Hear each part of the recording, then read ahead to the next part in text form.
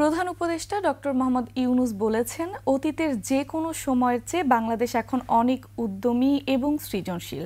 বৃহস্পতিবার রাজধানীর ওসমানী স্মৃতি মিলনায়তনে ২১শে পদক দেওয়ার অনুষ্ঠানে এ কথা বলেন তিনি। নারী ফুটবল দলসহ ২১শে পদকপ্রাপ্ত সবাইকে জাতির পক্ষ থেকে অভিনন্দন জানান প্রধান উপদেষ্টা। মেহেদী হাসানের রিপোর্ট। মাননীয় প্রধান উপদেষ্টা, এবছর ১৪ ব্যক্তি নারী ফুটবল দলকে ভূষিত করা হয়েছিল ২১শে পদকে। সেই পদক দিতে রাজধানীর ওসমানী স্মৃতি মিলনায়তনে এই আয়োজন, যেখানে উপস্থিত ছিলেন প্রধান উপদেষ্টা ডক্টর মোহাম্মদ ইউনূস। দেশের বিভিন্ন ক্ষেত্রে অবদান রাখা ব্যক্তিদের পদক তুলে দেন প্রধান উপদেষ্টা। এভাবে সম্মানিত হতে পেরে নিজেদের অনুভূতির কথা জানান পদকপ্রাপ্তরা।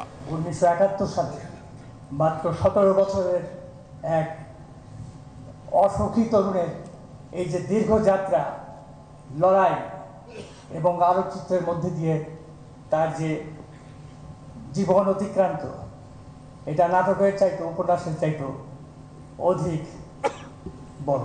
আমি প্রতিবাদী।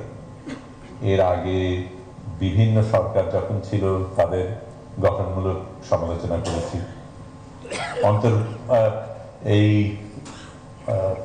এই সরকারের ক্ষেত্রেও সমালোচনা করেছি, এমনকি প্রধান উপদেষ্টা যিনি আছেন তাকেও সামনাসামনি সমালোচনা করেছি। যারা আমাকে এই পথ চলতে সাহায্য করেছেন তাদের ছাড়া আমি এখানে আসতে পারতাম না। তাদের সকলকে আমার আন্তরিক ধন্যবাদ জানাই। পদকপ্রাপ্ত সবাইকে জাতির পক্ষ থেকে অভিনন্দন জানিয়ে প্রধান উপদেষ্টা বলেন, ৫২-র ২১শে ফেব্রুয়ারি আজও আমাদের প্রেরণার উৎস। ২১শে ফেব্রুয়ারি আমাদের আত্মপরিচয়ের অবিনাশী স্মারক,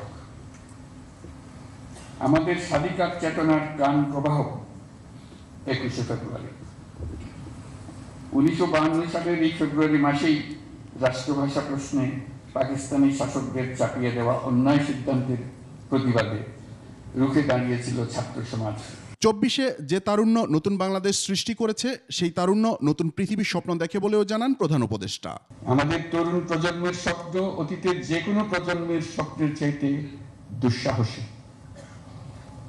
তারা যেমন নতুন বাংলাদেশ সৃষ্টি করতে চায়, তেমনি একই আত্মবিশ্বাসে নতুন পৃথিবীর সৃষ্টি করতে চায়।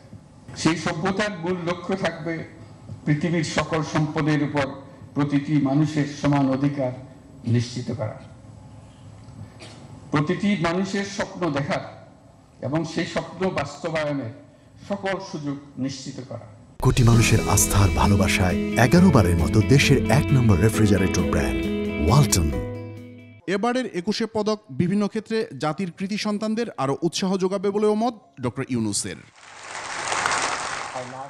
মেহেদী হাসান, ২১শে টেলিভিশন, ঢাকা।